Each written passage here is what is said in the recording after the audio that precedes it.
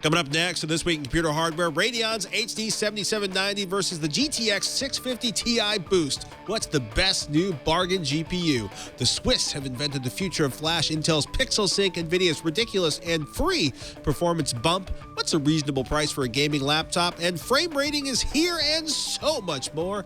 It's all coming up next on Twitch. Netcasts you love. From people you trust. This is Twitch. Bandwidth for Twitch is provided by CacheFly at CACHEFLY.com. This is Twitch, This Week in Computer Hardware, episode 211, recorded March 28, 2013, the new Bestest bargain GPU. This Week in Computer Hardware is brought to you by Ting.com. Ting is a new mobile phone service that makes sense. Save money with Ting, pay for what you use, does not require a contract, and offers unlimited devices on one pooled plan. To save $25 on your first Ting device, visit twitch.ting.com. That's twitch.ting.com. And by Lantronics, maker of the X-Print server. Print from your iPad, iPhone, or any iOS device to virtually any printer.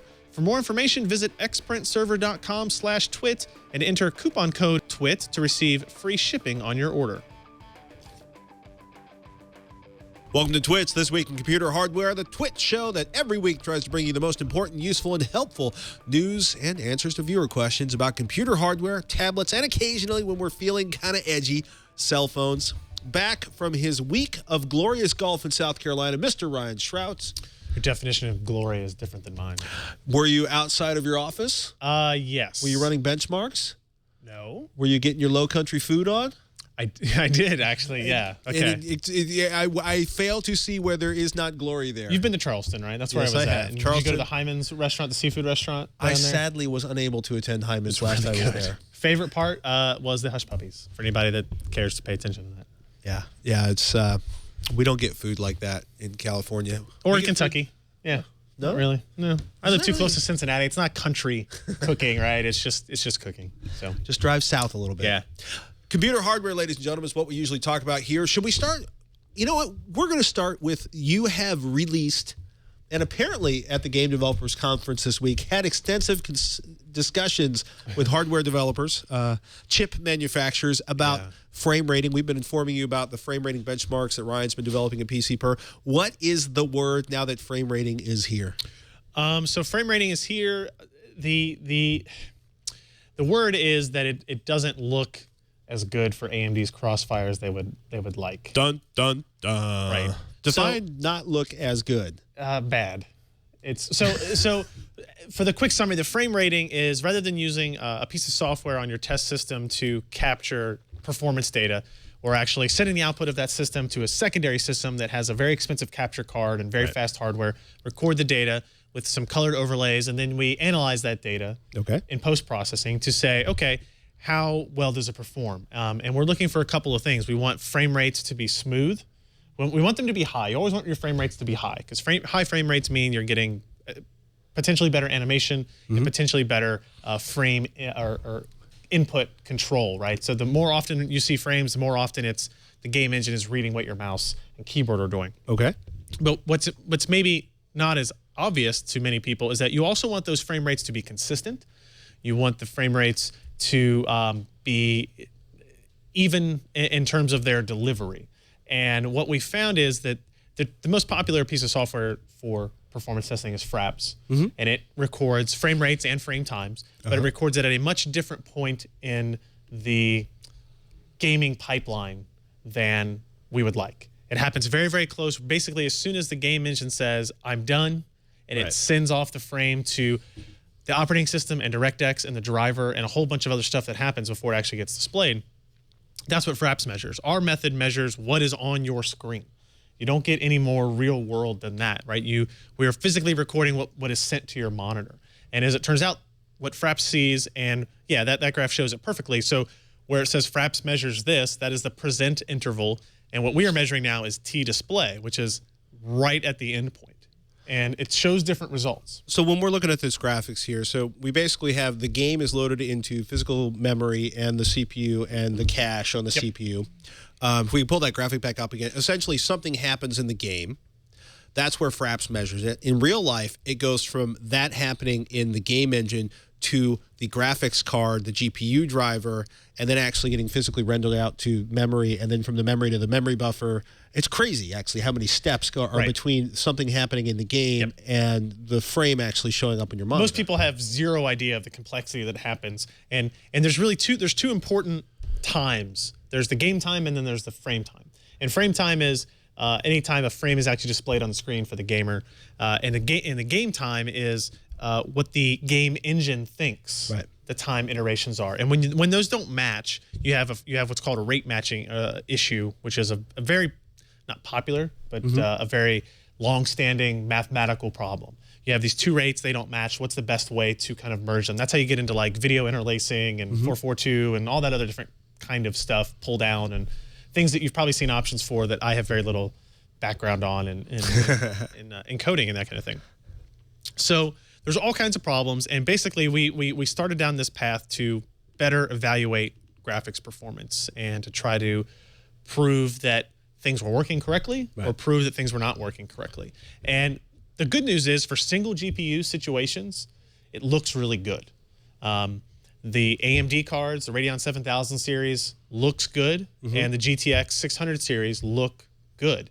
They both perform as you would expect. The variance between what Fraps sees and what we call frame rating sees is very minimal, almost nothing. And in those results, the article we posted focused on the 7970 and the GTX 680. The 7970 was the faster card in the games than the GTX 680. That's what we had come to expect. Sure. The problem is when you get into multi-GPU configurations, it's much more complicated. Now you're asking the software, the game engine, the compositing engine that AMD or NVIDIA is using, as well as any kind of hardware transfer of frames to coordinate in such a way to maintain even frame distribution. And it doesn't happen very well on AMD's side. Right. With NVIDIA, if you look at, you go to the Battlefield 3 page and you look at frame times, you look at it as a scatter plot. And ideally, what you want is a perfectly thin line. That indicates that frame times are consistent throughout the period of 60 seconds that we're testing at a time. And anytime you see the bands, actually scroll down a little bit, Burke, to that one right there. So if you look at that, the green line is a single GTX 680. The black line is a single 7970. And those are thin bands of color. And that indicates that the frame times are tighter together. That indicates that the frame times have very little variance and that your experience will likely be very smooth. And if you look at the blue line, that's a 680 SLI.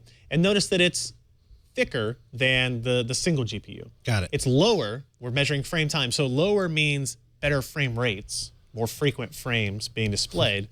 But wider means that there's a little bit more variance. So you're going to see, instead of it going, 10, 10, 10, 10, 10 in terms of millisecond frames, you might get 10, 8, 12, 10, 8, 12, 12, 12, 10, 8, 12, something like that, right? And if you look at the orange one on that graph, that is Crossfire.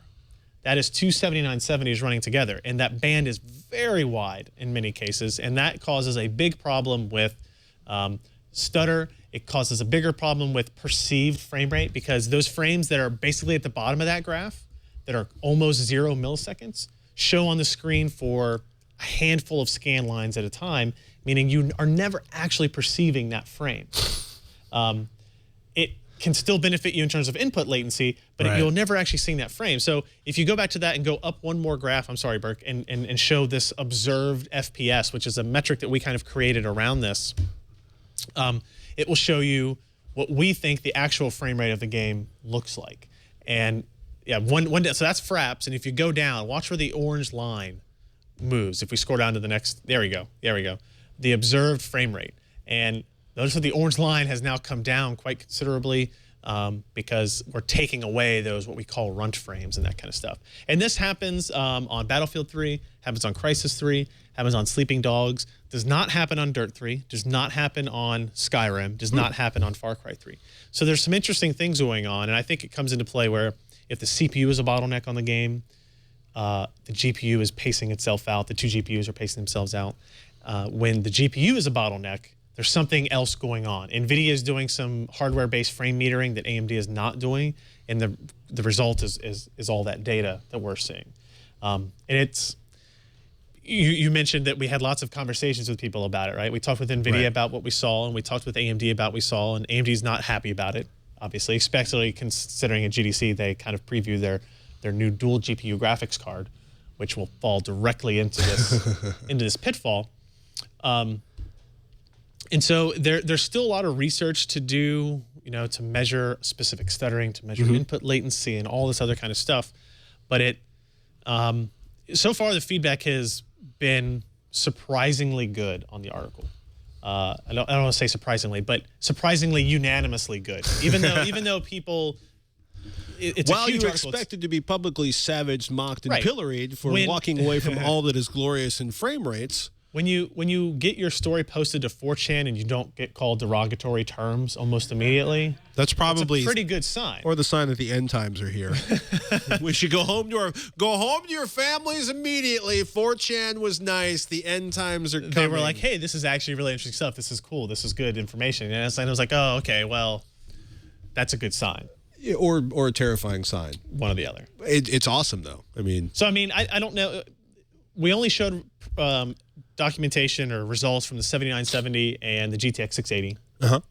We're going to release more as the days go on. Like tomorrow on Friday, we're going to release the GTX Titan versus the GTX 690 versus the HD 7990 emulated through two 7970s. And I think you'll find that, as a little preview, the GTX Titan looks different. It looks better than it does in normal testing because the Titan is a single GPU. It does not have these frame stuttering, frame time variance issues. Right. So even though the average frame rate might be lower than the 690, its stutter levels are significantly lower, and it paints a totally different picture of multi-GPU in general, not just for AMD, but also NVIDIA. But AMD just happens to look quite a bit worse. Hopefully, AMD will work on that. They're trying. I mean, I had one meeting with them yesterday and one more this morning, and they basically said, we're working on a fix, but it's months away. Right. It's a complete rework of what their driver does for multi-GPU. Because right now, essentially from what I understand, their multi-GPU solution is they take a very hands-off approach. They just kind of pass the data to the GPUs and let them kind of recompile back into what they need to recompile and let it go. Whereas NVIDIA kind of takes a more hand-holding approach to things. It says, okay, here's where you get a GPU, here's where you get a frame, here's where you get a frame. Okay, now I get them back. What makes the most sense to display them based on a whole lot of factors and go with that. And to NVIDIA's credit, this is a ace in the hole that they've had for a long time, since before the G80 days, and they never brought it up because this process of testing it wasn't around yet, and nobody really knew if it worked. They just assumed it worked. That's a big deal. Which is kind of cool. Yeah. Suddenly I saw OMG Chad, and I thought to myself, what is going on? Be afraid. Hey, bringing motion into the podcast. This is exciting stuff, ladies and gentlemen. You get off Skype and life gets exciting. Some of you may be fans of certain video games involving such characters as Lara Croft or perhaps the BioShock Infinite. If you are perhaps running NVIDIA cards, I hope you updated your drivers. We've told you in the past, update your drivers, check your drivers to make sure they're updated. On the NVIDIA blog, they're basically like GeForce 3.14.22 Wickel drivers ready for BioShock Infinite. And this is pretty obscene.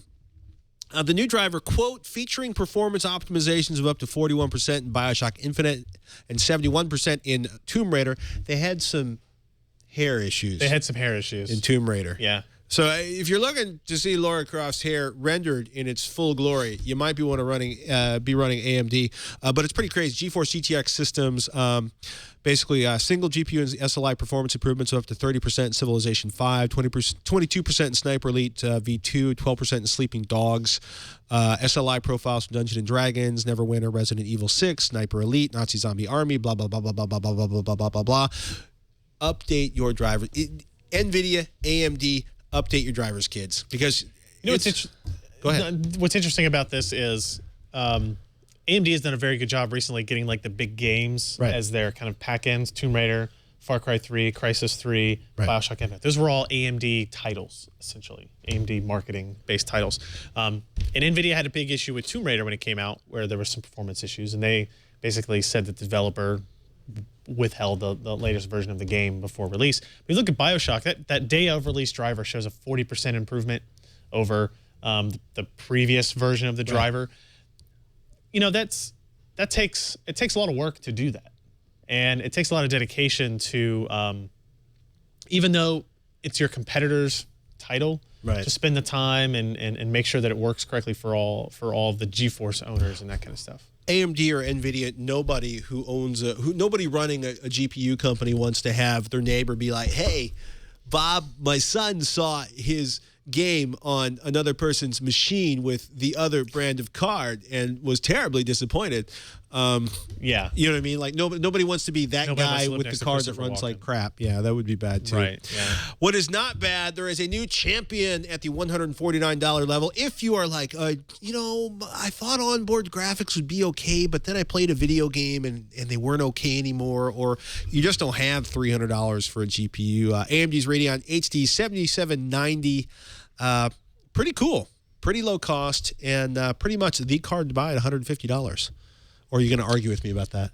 The 7790 or the Ti Boost? So the 7790. Okay, so here's what happened. These two cards came out within a few days of each other. Okay. The 7790 came out first. Okay. The problem for that is the GTX 650 Ti Boost came out after that, and I haven't seen the benchmarks for it's that a better yet. card. Oh no! At the $149 It's about price point. it's about $159. Okay. So it's like 10 or 15 bucks more. And it was really a downer because we reviewed the 7790 and it's like, okay, it's a pretty good card. What's more interesting about the 7790 is that it's a completely new ASIC. It's a completely new chip. It's the exact same architecture, but it is a new chip. They have implemented some more power savings technology. It's a little bit more efficient. Okay. But it doesn't do anything significantly differently than the 7770 did or the 7850 did. It just happens to sit right between that in terms of specifications and pricing and all that kind of stuff. And it did well in its pricing stack.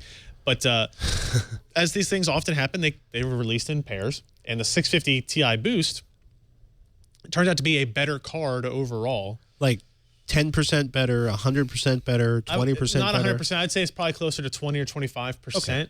And what's interesting, if you look at NVIDIA stack prior to that release, you had the 650 Ti and you had the 660. Right. There was nothing between them, and it went from $230 to $140. That's a pretty big gap in that price range. Sure. And the 650 Ti was a bad card. It really was. It was slow. They had taken too many features away, too much performance away from the GPU. The 650 Ti Boost is much, much closer to 660 than a 650 Ti. They essentially took the 660, turned off one SMX, one unit of cluster of processors, and left everything the same. The original 650 Ti didn't support SLI, didn't support GPU boost. The new one has SLI, has GPU boost. The first version had 128-bit memory bus. This one has 192-bit memory bus, and it has 2 gigs of memory instead of 1 gig. It has like almost twice the total memory bandwidth, and on low-end cards, that makes a really big difference. Right. So the 650 Ti actually competes very favorably with the HD 7850. Pretty much blows by the 7790. Got it. It's still the case where prices of cards in this, or the cards in this price range, are very squished together. It gets very confusing to kind of talk about them in any kind of reliability because every week the price could change. Sure. A rebate of $15 or $20 on a $120 or $150 card is a big deal. Makes a big deal. So it's, I try to consider it more on, here's the MSRPs, your mileage is going to vary on that kind of stuff. I would say after all this, the 650 Ti Boost is probably the best card under $200 right now, which I know is a very popular price segment that we get questions in and that kind of stuff. AMD with the 7850 and the 7790, you get Bioshock Infinite for free. Okay. With NVIDIA's cards, you get $75 in credit for some free-to-play games like PlanetSide 2, World of Tanks, and Hawken, which are good games. Right. It's just a matter of maybe what your preference is. I'm just laughing because I pulled up on Amazon.com, like, GTX 650 Ti, and I'm like, why is it so expensive? I'm like, okay, so GTX 660 superclocked, $204. GTX 650 Ti Boost superclocked from EVGA, $180. Right. And that's the non-reference overclocked model. So I mean, it's Would you get at that point? Would you get to the 660 or the 650 Ti? What was the Boost? difference again? $20, $24, $25. Yeah, you might. Yeah. I mean, it's always, I say that a lot, though. That's my mentality when we do this show pretty much every time is, just spend $20 more. But then you could always do that. You can always spend $20 more. Well, in that case, I mean, in this case, it's like, well, the 650 Ti Boost to the 660, are we talking about a 10% performance increase of the 660 or a 20%? It's probably closer to 10. 10. Yeah. Yeah. If you look at our review of the Boost, the 650 Ti Boost card, we have the 660, the Ti Boost, the 650 Ti, and then we have the 7850 and the 7790 all kind of combined. So you can kind of see where they fall. I was surprised at how close together they were all in terms of the wattage consumed. Like they were all like 70 watts at idle. Yep. Like across the board, 70 watts at idle, and then somewhere between like 190 and 240 watts at. Well, the 650 Ti Boost is almost the exact same GPU as the 660. So I think their TDPs are only like 5 watts different or something like that. But the 7790 and the original, like this is the original 650 Ti Boost, or I'm sorry, the original 660 Ti was a totally different GPU. Sure. And it was way lower power consumption, but it was also way lower performance. Right. So, yeah, it's funny. Like Ti Boost, 243 watts at full power. HD 7790, 199 watts. Radeon HD 7850, 231 watts. Right. GTX 650 Ti, 193 so watts. those are full systems. So you got to just kind of compare what the variances are. But I mean, look at the difference between the 650 Ti and the 650 Ti Boost. Yeah. I mean, it's pretty big. And like 50 watts. And nobody's breaking the laws of physics. So why not? More power almost always means more performance, especially if you're looking at the same architecture. Right? If you're spending more power and you're not getting more performance, something is broke. Your design is inefficient. Right.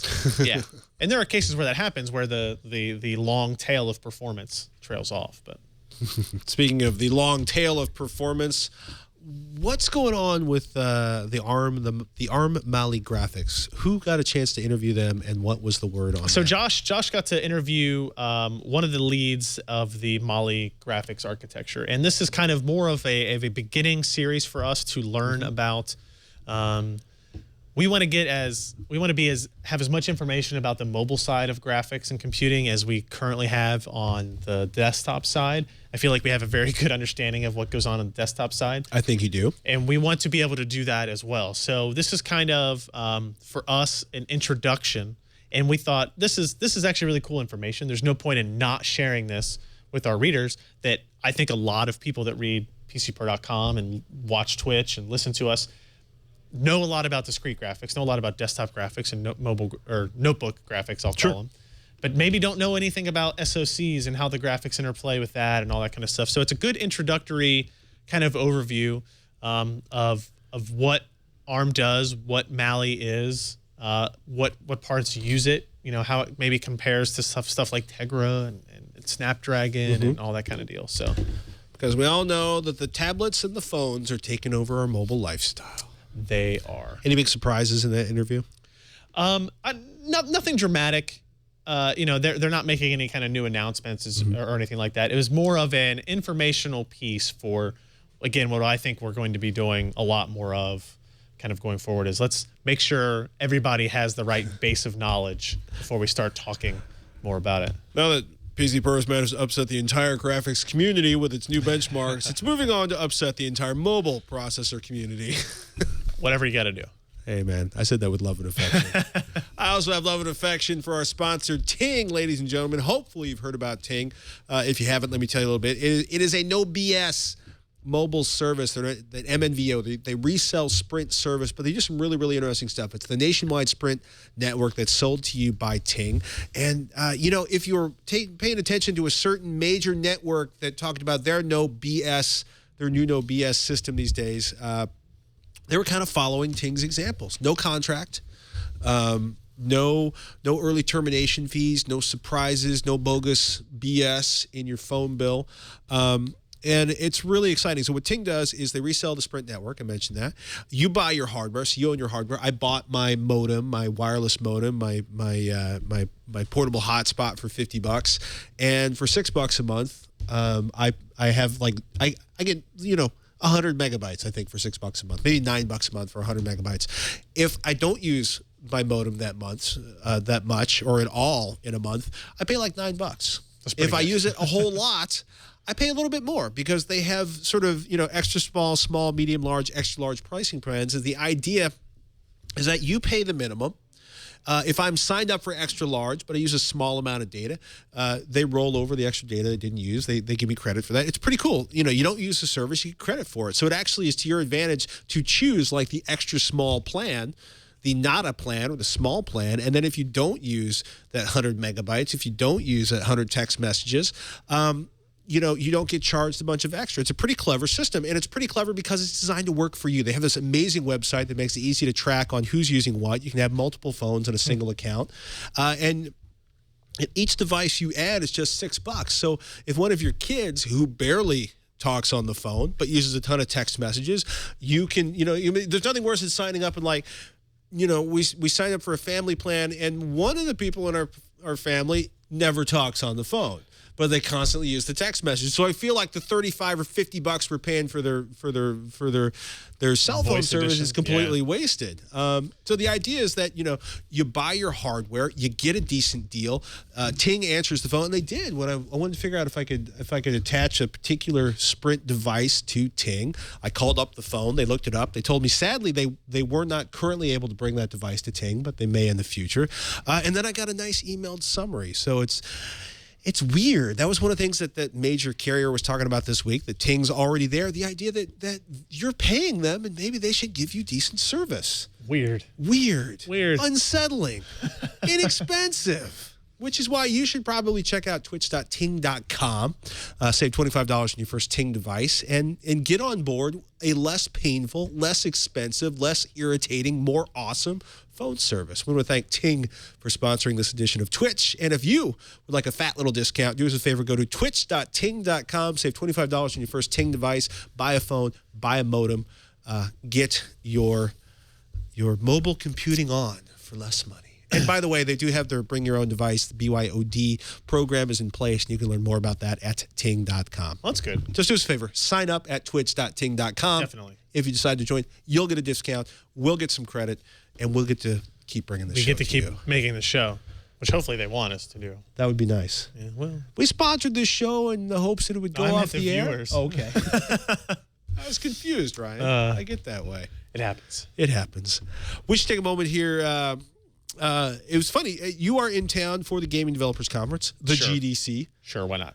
I found myself dragging around a 300-pound console built by my partners in crime, Anthony Carboni and Michael Hand. They basically built this open source operating system arcade for a party that went on last night. So there I am, like in a nightclub at 10 o'clock in the morning, picking up literally carrying a 300-pound machine downstairs with the help of another person who worked at the club, and thinking to myself, only at the Game Developers Conference do I get to clean up after somebody else's party like I'm in a frat house, which was just odd. Not odd. Game Developers Conference is mostly about making games. In your Developing case, games, you might say. Meeting the hardware vendors who make the hardware that accelerate the pixels to make the pretty pictures and make the games worth playing. Right. So the Game Developers Conference used to be strictly about game coders and that kind of stuff. Right. And it has expanded more. Now you see some hardware vendors out there. Intel was here, AMD was here, NVIDIA was here. And we got to sit down and see a lot of what they were showing. Not a lot of totally new, earth-shattering news. AMD did have a press conference on Tuesday night.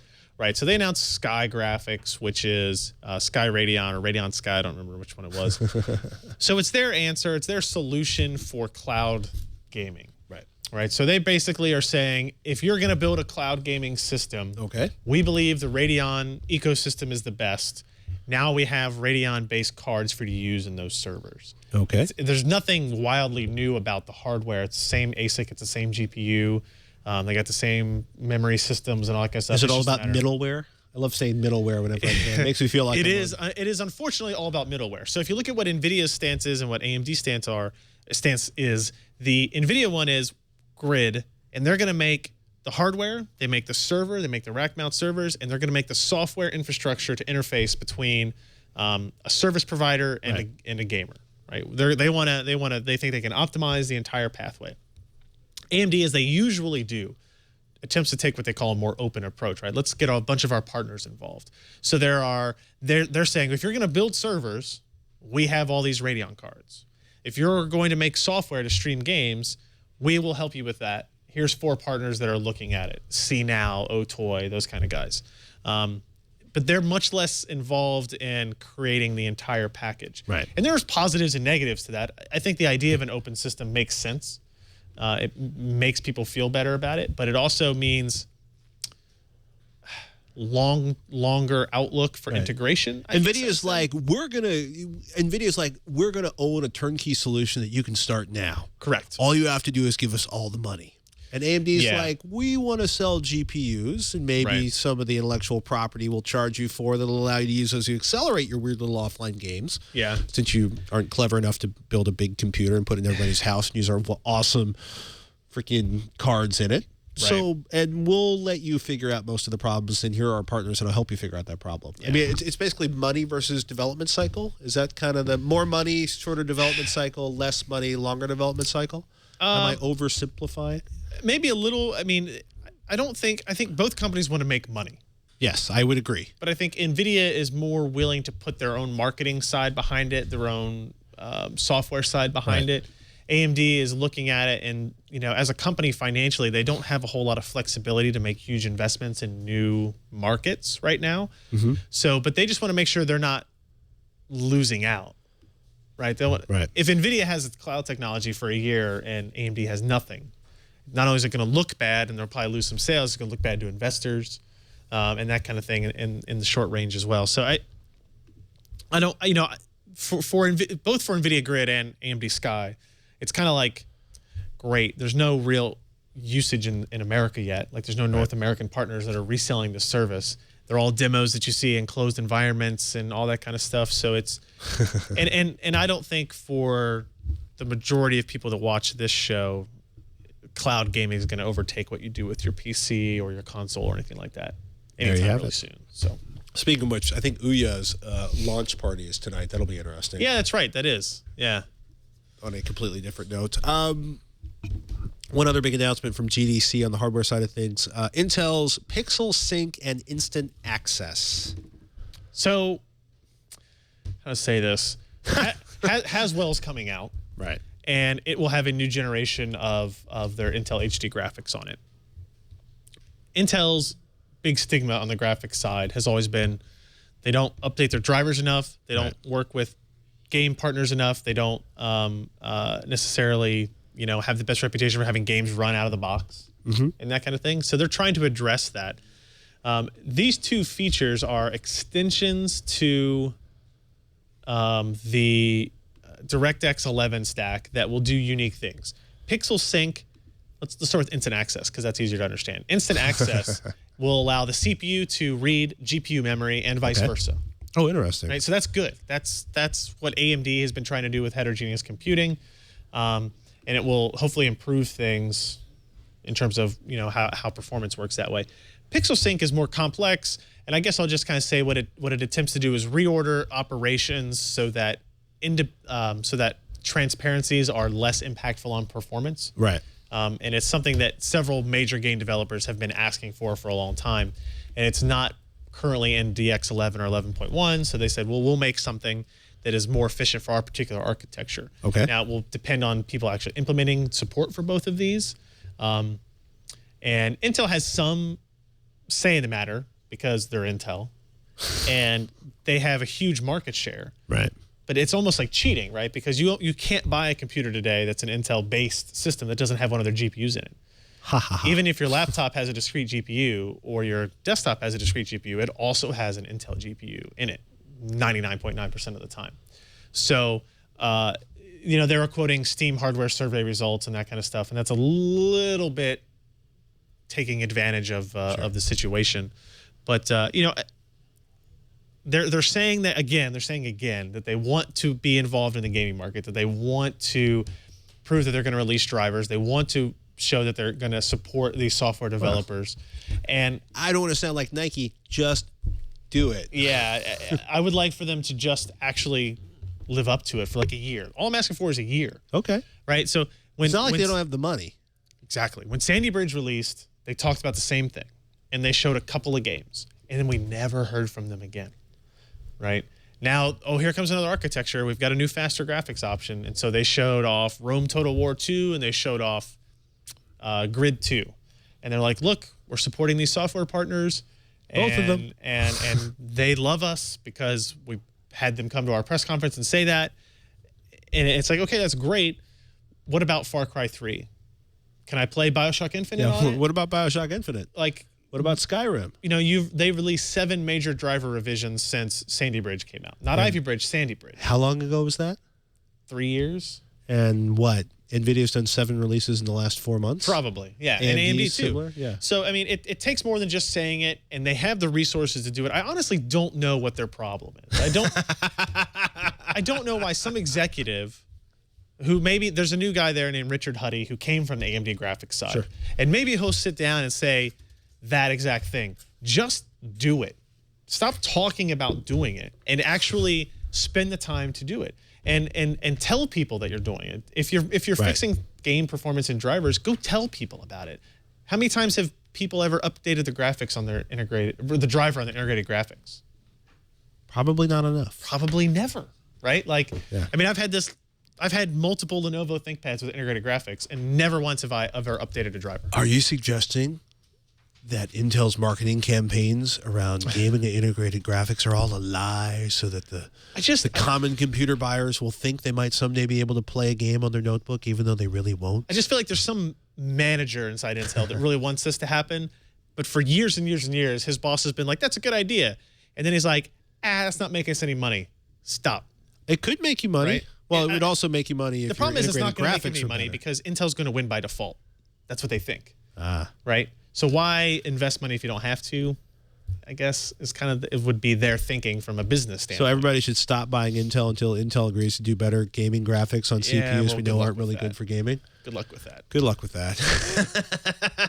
Flash flood. A Swiss government research lab has reinvented flash memory using graphene and molybdenite. Molybdenite? You got me. I'm sure there's a silent letter in there somewhere. In a way that should be faster, scale smaller, use less energy, and yet be more flexible than boring old NAND. That the article is there a flash flood coming? Jeremy Hellstrom wrote it up for PCPer.com. It's pretty interesting. This idea, it's like, so, you know, over the past few years, we've seen the actual production of phase change memory from Micron, though no benchmarks yet. HP has done membristors, IBM Spintronic racetrack memory. Basically, the entire industry is looking for a replacement for NAND memory. Quote, there is no question we need a new type of flash, preferably non-volatile, as it is likely there will be a limit on effective speed and density reached with traditional NAND. Non-volatile, of course, means when you turn the memory, when you stop applying power to the memory, that the memory will retain its state, its information, so that you don't lose everything that's stored in memory when the power goes off. You know, it's going. This is another great line. Props to Jeremy for this one. It is also true that the path to our current flash technology is littered with the carcasses of failed technology standards, whether Rambus is willing to admit it or not. So the Register was told that by layering MOS2 between layers of graphene, they got a NAND cell smaller than traditional cells. No report of the speed for that cells, but the idea is that supposedly one of the multiple technologies competing will come up with the future of memory, of flash memory. So yeah, MOS2, molybdenum, somebody in the chat room just start mocking me right now. Oh, they've been doing it. You've been reading those, so I just left it. It probably good. By the way, speaking of memory, why has RAM doubled in price in the last 4 months? Do we have an answer for that? I got no idea. I'll tell you what, we are going to address some questions from the chat room that we can actually answer right after we take a moment to knows? thank this Maybe we can sponsor. answer them. I think we picked ones we can answer. Oh, good idea then. So yeah, this episode is also brought to us not only from our friends at Ting, but also by our friends at this company. It says it's only an X, but it's actually Lantronics.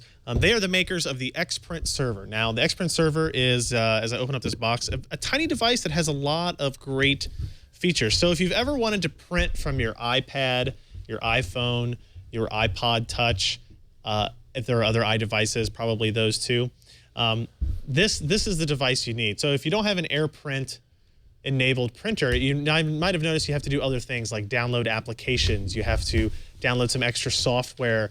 You have to email the files to yourself and then print them from your regular machine. Some annoying things like that. This kind of solves all of that.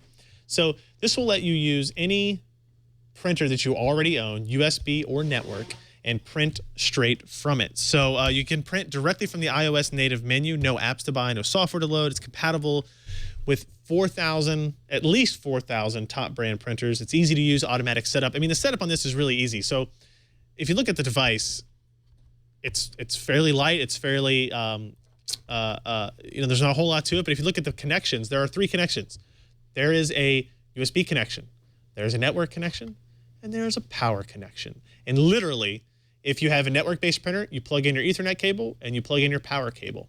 And then this light, this X right here, oops, as I try not to cover it up, will illuminate. It will flash for about 30 seconds. And when it stops flashing, it has found your printers and configured them.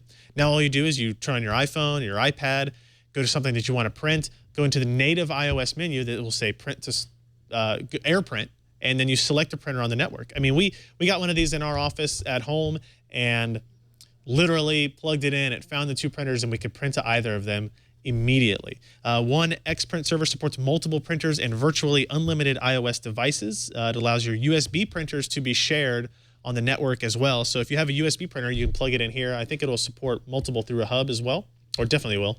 And when you plug it in here, not only can your iOS device print to it directly, but you can also print to it from any other computer, like, or you use it as if it were hooked up to a network print server. It's great for your home. It's great for the office. It even works with large multifunction printers as well, which is a plus. The Home Edition, thank you, is $99 is all. It supports 8 USB and 2 network printers. And then for $199, you can get the Office Edition, which supports 8 USB and unlimited network printers and includes many network admin features like Active Directory support. Go to xprintserver.com/twit for more information and to buy. We've got a special offer for you, of course. That's what we do here for you guys.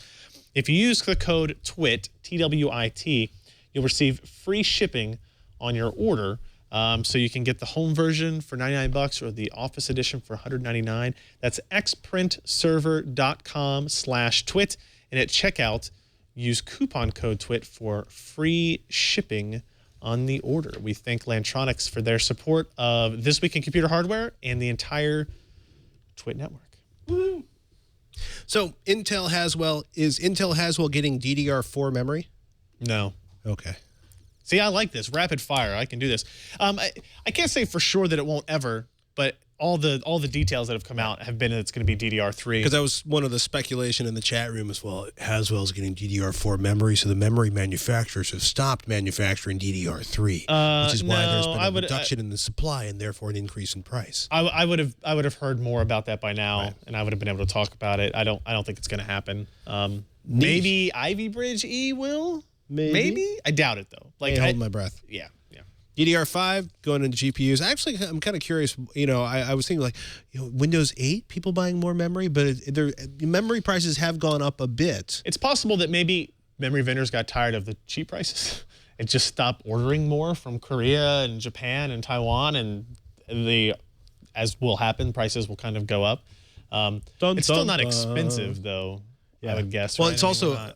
I think there may be people in the chat room who haven't been buying computers for 10 years and don't remember the glorious days of $1,000 memory bills. Oh, yeah. Yeah. Memory used to be one of the most expensive components in your system if you wanted a lot of it. Yeah. And I'm glad those days are gone. You know, you mentioned GDDR5, and I want to mention this. It's completely has nothing to do with this, but the PlayStation 4 announced with the hardware spec, and one of the things was a shared GDDR5 memory bus. And apparently... I don't know, because I think I may have misspoke this when we talked about it. The CPU and the GPU will use the same GDDR5 memory controller. Just like in that book. Which essentially means that the CPU is able to utilize a GPU-based memory controller, which is actually interesting because I thought that the memory controller was much more tightly coupled to the CPU itself. Really? And in this case, AMD is able to design very custom stuff for Sony or Microsoft, whoever they're making APUs for, and it's pretty interesting that way. It has nothing to do with anything we were talking about. Now I want to be like, okay, so if you have an APU and the system memory and the So the GPU and the system memory are one bank. That's what I thought. That part I got. And the APU is on a single piece of silicon with the CPU and GPU on it. And there's one memory controller for both.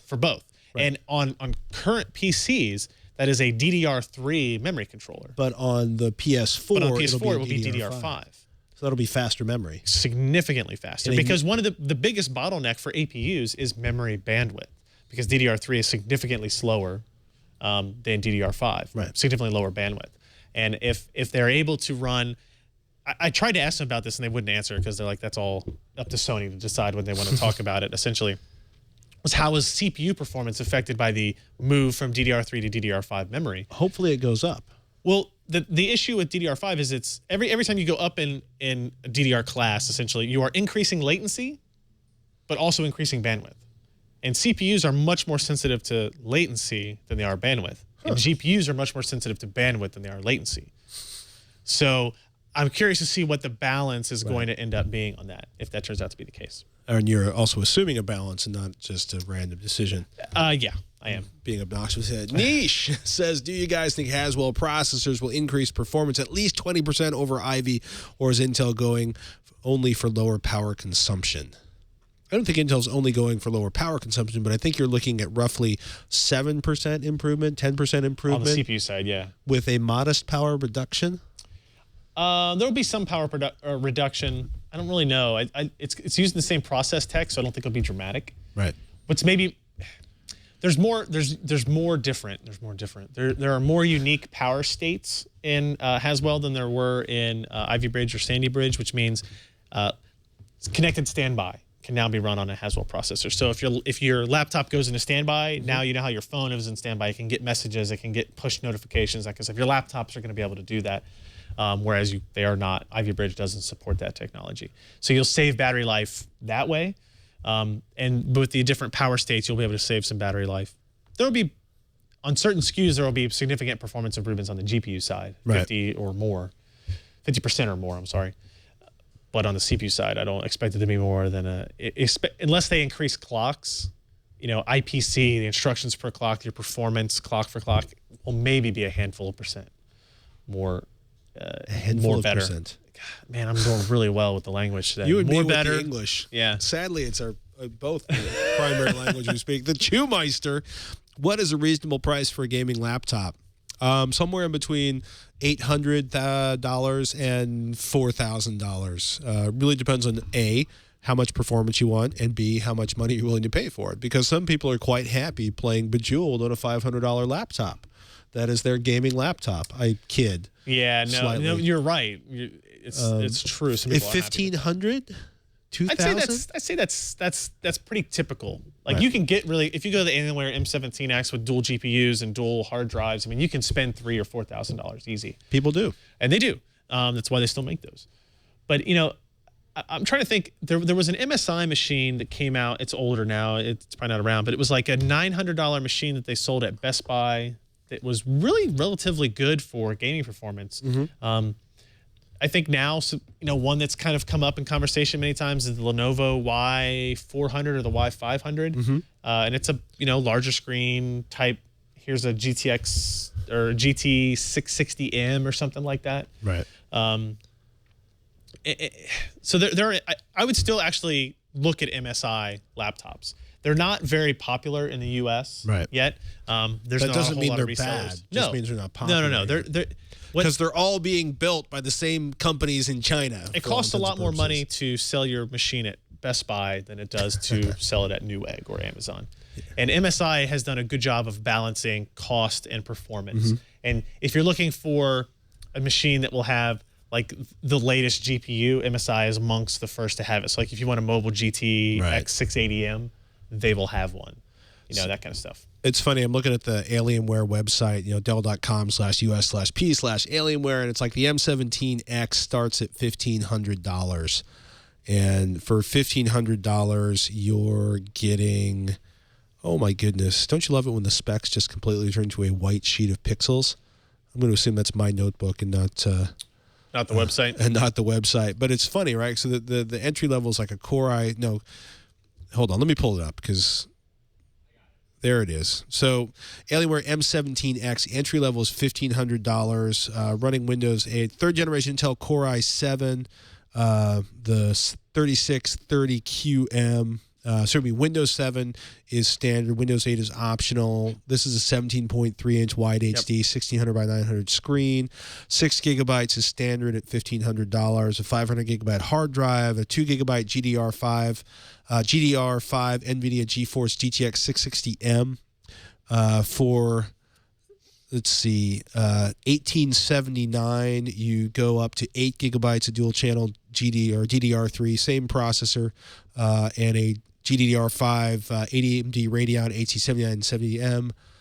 Going up another price, you get to a GTX. You max out a GTX 680M. And you're just looking at the specs on the Alienware website page. Yeah, I mean $1,500 for an their entry level 17-inch. It's like $1,500. What's the GPU on that again? On the entry level one? On the entry level one, it is. That's your biggest determining factor here. NVIDIA GeForce GTX 660M. Okay, that's decent. Yeah.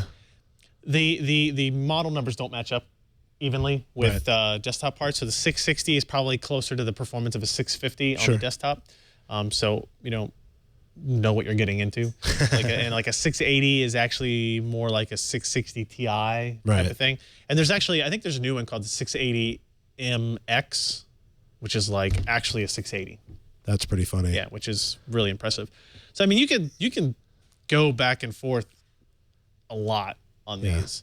Going to a smaller screen makes a huge deal because, like, if you drop down to the M14X, the Alienware, it starts at $1,000. You're looking at like 6 gigabytes of RAM, an Intel Core i5, and by the way, I wouldn't shy away from the Intel Core i5. No, unless you're doing like multi-monitor gaming or some crazy stuff, or video editing.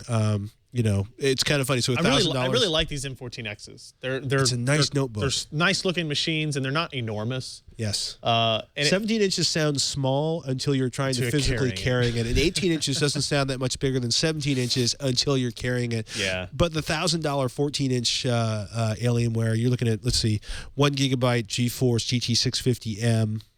That's fairly low performance. And that's you get that basically a 1 gigabyte or a 2 gigabyte GeForce 650M with Optimus, but basically $1,000 a GT650M with 1 gigabyte, $2,000 going up to $1,200 gets you the GT650M with 2 gigabytes of RAM.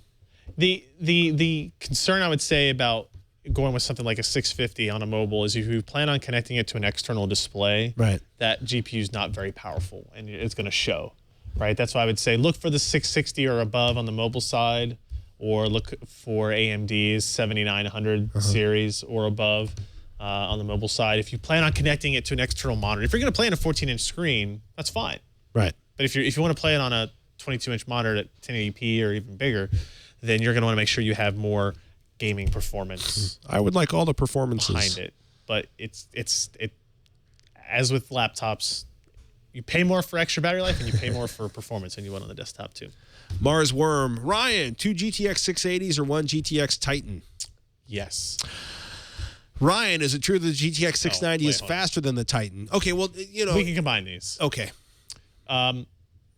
Yes and no. So 2 680s versus a Titan. The 680s are going to perform better. Right. But let's look at this. Let's look at it this way: 690 versus Titan, because the 690 is a little bit slower than 2 680s. Right? They're downclocked 680s. And the 690 has basically has one pool of 2 gigabytes. Is it 2 gigabytes? It's 2 gigs per GPU. 2 gigs so per GPU. It is essentially 2 680s on one board. But a little bit slower. Okay. Now we compare that to the Titan. This is a little bit preview of the story that's going to go up on the website tomorrow, because we compare Titan to a 690 directly, and the 690 is faster. But there are cases where the Titan is significantly smoother, and that is because the Titan is one large GPU as opposed to 2 medium-sized GPUs, okay. I guess we'll say. So I think maybe what the rule will be is, okay, if you want a 690, if you want, I almost consider the 690 the best single monitor card, and Titan the best card if you plan on going to multi. Okay. Because as you go to the larger resolution, stutter becomes more of an issue. Frame buffer becomes an issue. Only 2 gigs per GPU on the 690, where you get 6 gigs on the Titan. That's a big difference. That's a huge difference. So, you know, if you're going to stay on one monitor, the 690 is probably fine, and you're going to get a little bit higher frame rates and not anywhere near as bad as stutter and frame variance as you get on the Crossfire configurations from AMD. If you think you might go to multi-GP or multi-display, you know, if you're going to spend $1,000, I'd buy the Titan, because it will be a little bit lower performance, but it will be smooth all of the time. You don't have to worry about any multi-GPU scaling issues, and it has a huge frame buffer for multi-monitor gaming, which is good. And if you're buying a $1,000 video card, I have a thought that you're probably going to buy multiple monitors eventually too. Well, we hope. I mean, you're obviously willing to make the investment. In hardware. At the very least, if you're running a single 1080p monitor and you spend all the money on the Titan, please tell me sometime in the near future you're going to buy another monitor, 1080p monitor or 3, or perhaps some WQHD monitors. Squirrel Decker, when will the NVIDIA 700 cards be out? I don't know. Yeah, they're not telling us. And if they are, it's under NDA. If they told me, I can't tell you. I mean, maybe. One of my favorite questions of all time. Tourist, Ryan, can you issue expert opinions on CUDA? Not really. CUDA is cool if your applications support it. Your applications can actually do meaningful work or do more meaningful work faster.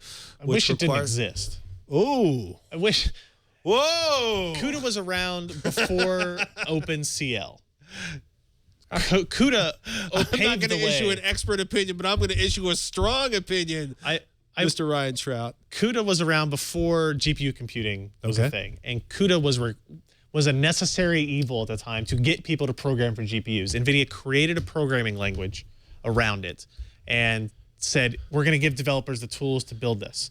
All right, and there was great, there was good support for it. Not great support for it, there's good support for it. And the reason there wasn't great support for it is because it didn't work on AMD.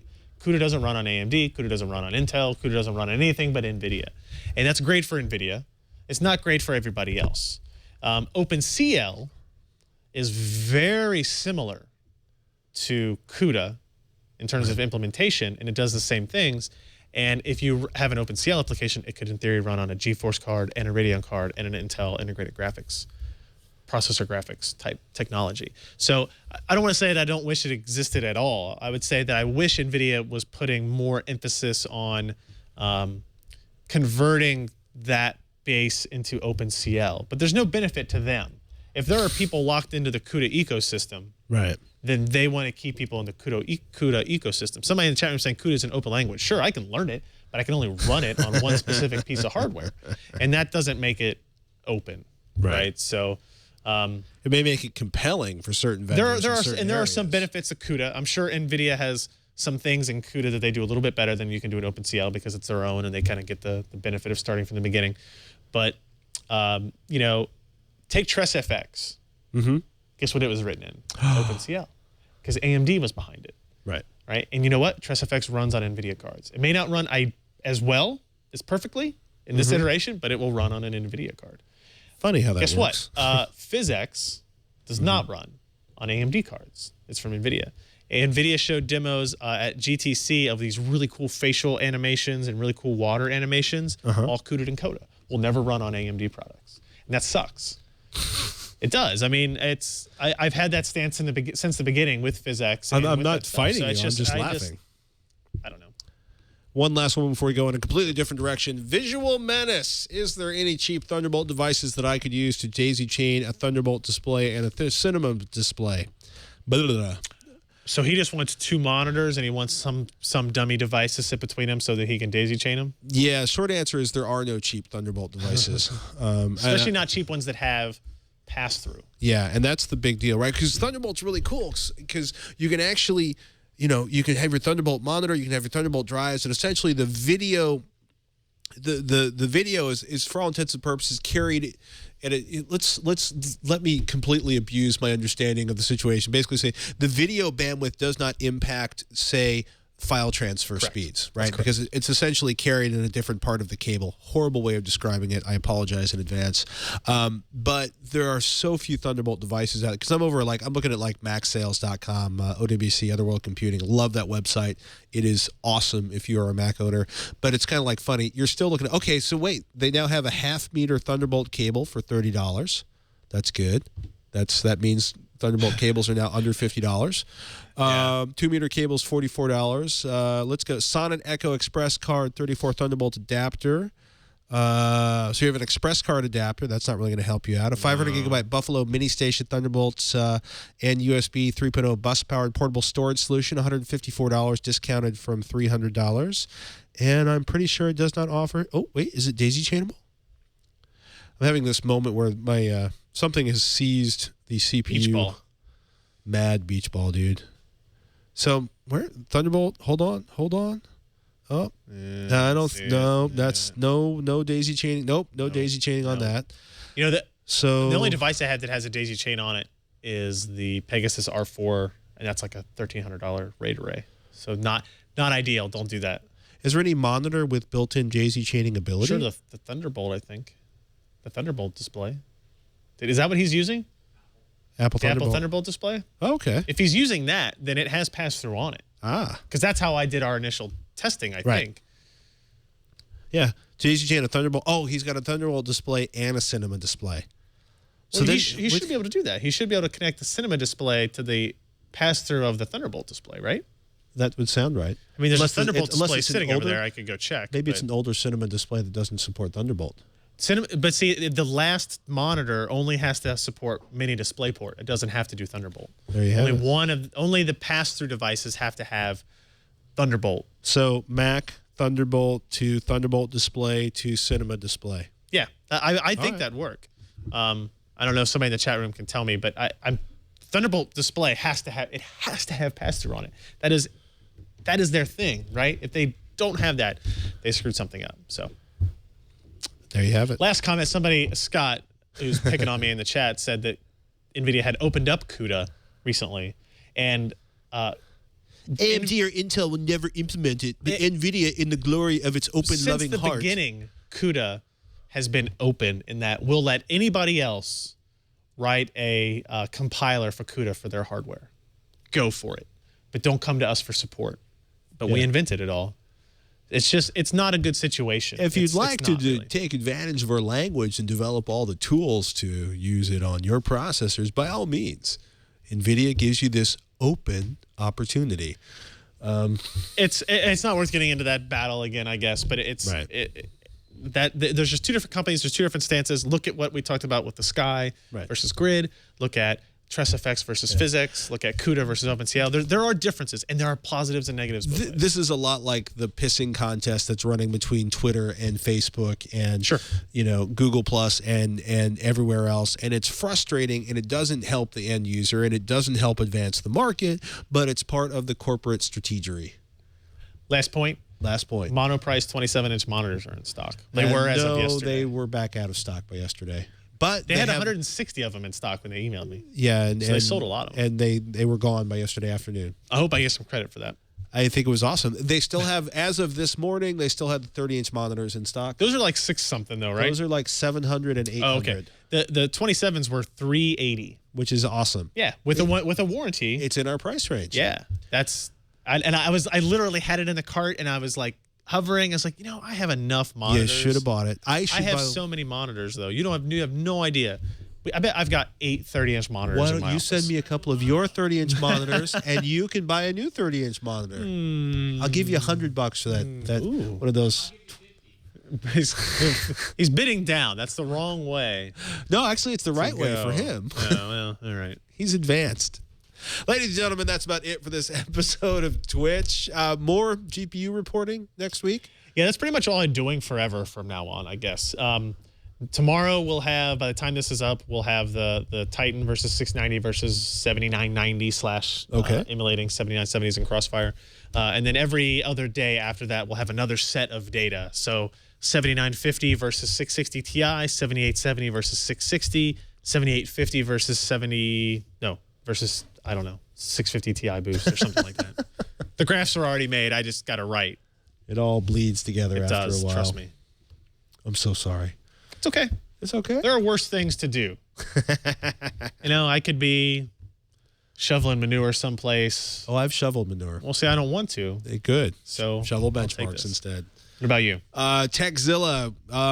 Wow. We've got wireless networked hard drives coming in. We've got some of the really cool Wi-Fi enabled hard drive docks or hard drive devices. Those are actually really cool. One from Seagate, one from another brand to be named later. We just did. I got to review the HD audio or the high resolution audio, the 24-bit 192K portable player. That was really exciting. That came up on this week on Twitch. We've got information. Basically, we have pretty much all of Samsung's new HD TVs coming in.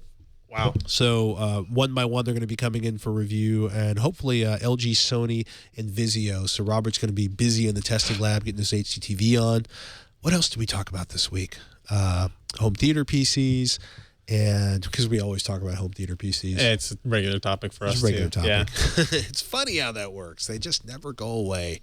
And actually, the whole set-top box scene, we're actually going to have the expansion pack for the Samsung HD TVs, the one that basically takes last year's. You can pull the blister off of last year's, or plug this blister at least onto they're last year's. trying. Yeah, that's better than not. They are trying. That is better than not. Well, in theory, you can tell me later. Yeah, well, we'll tell you about that next week.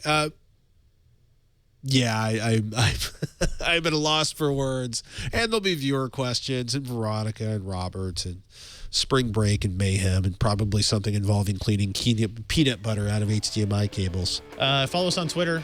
I'm at Ryan Shrout, at Patrick Norton, the other guy at the table. And that's about it for this episode of Twitch. I'm Patrick Norton. I'm Ryan Shrout. We'll see you next week on Twitch.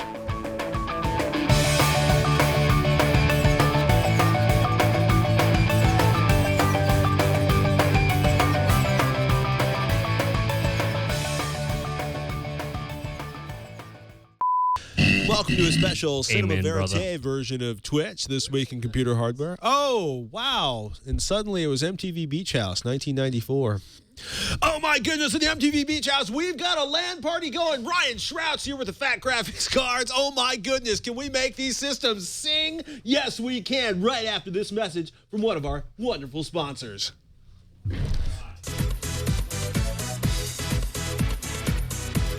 I don't know if that's going to be used against me. I'm not very much in the future. Are you planning on running for office?